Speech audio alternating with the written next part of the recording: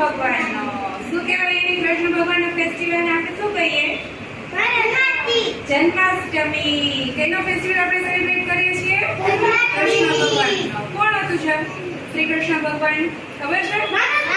માખણ ચોર હતા. એને માખણ બહુ ભાવતું હતું. ભાવતું હતું ને? હે? તને ભાવે? અચ્છા. શ્રી કૃષ્ણ ભગવાનનો જન્મ ક્યારે થયો? અહીંયા ધ્યાન રાખો. એમ.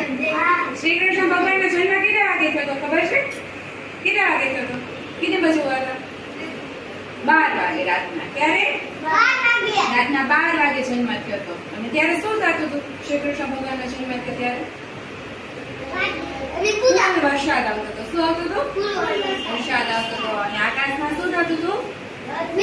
વીજળી. રાઈટ. અને એકદમ વાદળા શું થતા હતા?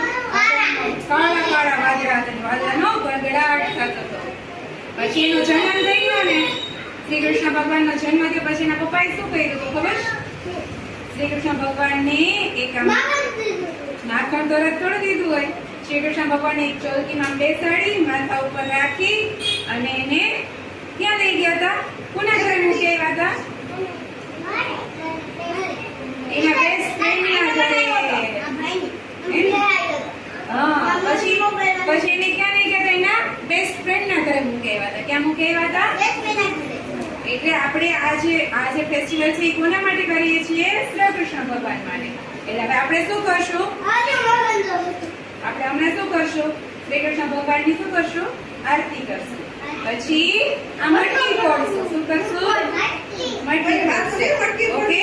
અને આપણે નંદ ઘેરા નંદ ભાઈ એમ બોલવાનું છે બધાએ. બરાબર? એને આપણે જન્મનું કરીએ ને ત્યારે શું બોલવાનું છે? નંદ ઘેરા નંદ ભાઈ કનૈયા લાલ કી. જે બોલશે ને એને જ આ મટકી ફોડવા મળશે. નહીં બોલે ને એને નહીં મળશે. ઓકે. ચલો બોલો. નંદ ગયા નંદ ગયા